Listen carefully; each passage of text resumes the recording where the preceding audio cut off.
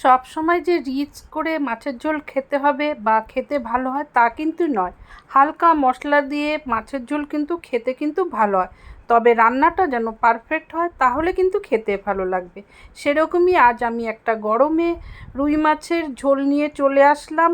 আপনারা দেখুন, দেখে যদি ভালো লাগে বাড়িতে একবার বানিয়ে দেখুন।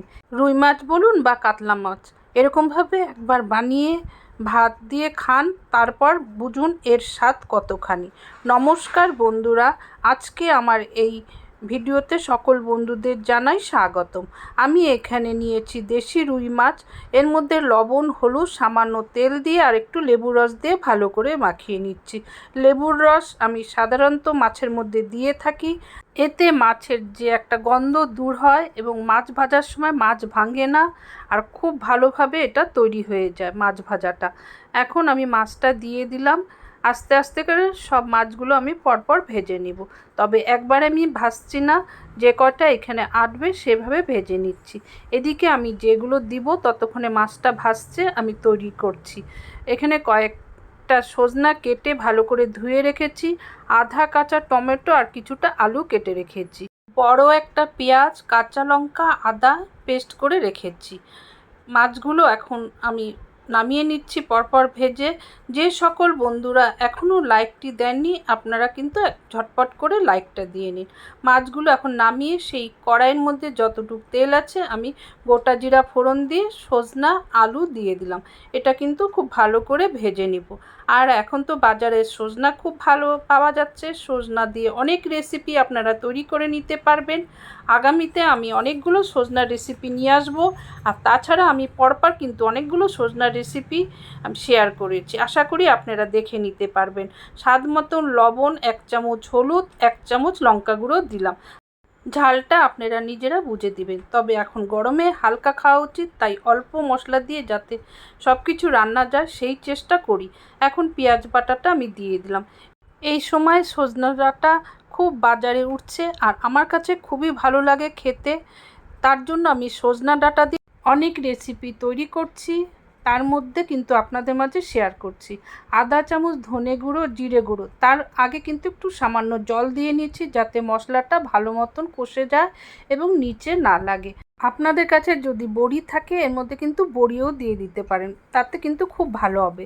আমি বড়ি দিয়ে এবার করলাম না, কারণ এর পরবর্তীতে আমি আরেকটা বড়ি দিয়ে মাছের ঝোল নিয়ে আসবো, তখন আপনারা দেখতে পারবেন। এখন আমি টমেটোটা দিয়ে দিলাম। খেয়াল রাখতে হবে টমেটো যেন একদম না গলে যায়, এটা এরকমভাবে দিলেই খেতে ভালো হবে। আর টমেটোটা কিন্তু আধা কাঁচা আধা পাকা আমি দিয়েছি, আর এটা খুব ভালোভাবে হালকাভাবে কিন্তু কষিয়ে নিচ্ছি। আর টমেটো বাটা দিয়ে মাছের ঝোল অনেকবার দেখিয়েছি, সবাই জানে, তাই এবার এরকমভাবে আপনাদের মাঝে শেয়ার করলাম। আমার এই কষানোটা খুব ভালো মতন হয়ে গেছে। এখন এর মধ্যে আমি দিয়ে দিব যেটা হলো পরিমাণ মতো জল।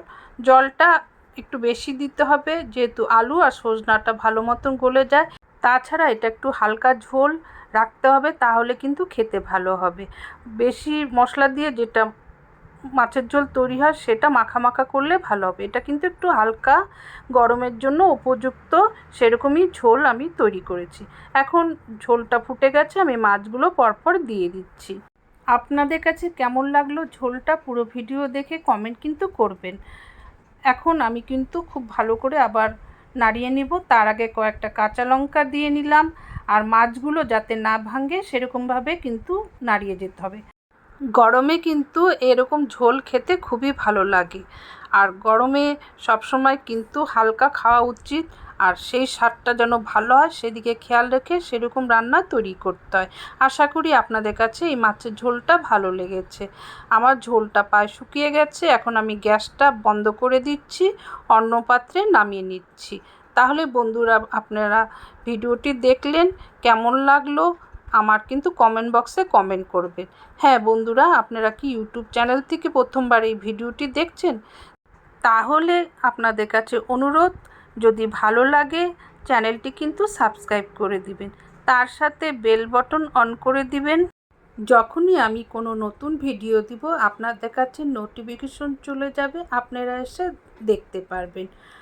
আর খুব ভালো লাগলে আপনাদের পরিবার, বন্ধু বান্ধবের মাঝে শেয়ার করে দিবেন, তারাও দেখে শিখতে পারে। কমেন্ট করবেন কেমন লাগলো আজকের এই হালকা পাতলা মাছের ঝোলটি। আর যদি ফেসবুক পেজ থেকে প্রথমবার ভিডিওটি দেখছেন, দেখে যদি ভালো লাগে অনুরোধ রইল পেজটিকে ফলো করে দিবেন। আর খুব ভালো লাগলে শেয়ার করে দিবেন আপনাদের আত্মীয় পরিবারের মাঝে। আপনাদের মূল্যবান মতামত জানাবেন আমার কমেন্ট বক্সে। আর যারা আমাকে এতদিন ধরে এত দূর অবধি সাপোর্ট করেছেন, আগামীতে আপনাদের সাপোর্ট নিয়ে এগিয়ে যাব। আর যারা নতুন আমার সাথে যুক্ত হয়েছেন তাদেরও অনেক ধন্যবাদ। কারোর কিছু যদি মতামত জানতে ইচ্ছা তাহলে কিন্তু আমার কমেন্ট বক্সে কমেন্ট করবেন। আমি কিন্তু সবসময় সবার কমেন্ট উত্তর দিয়ে থাকি। আজ বিদায় নিচ্ছি, আবার ঠিক সময় অন্য কোনো ভালো রেসিপি নিয়ে আমি চলে আসব। ততদিনে আপনারা অপেক্ষা করুন। ভালো থাকুন, সুস্থ থাকুন এবং বাড়ির সবাইকে ভালো রাখুন। এতক্ষণ যারা আমার ভিডিওটি দেখলো তাদের জানাই ধন্যবাদ।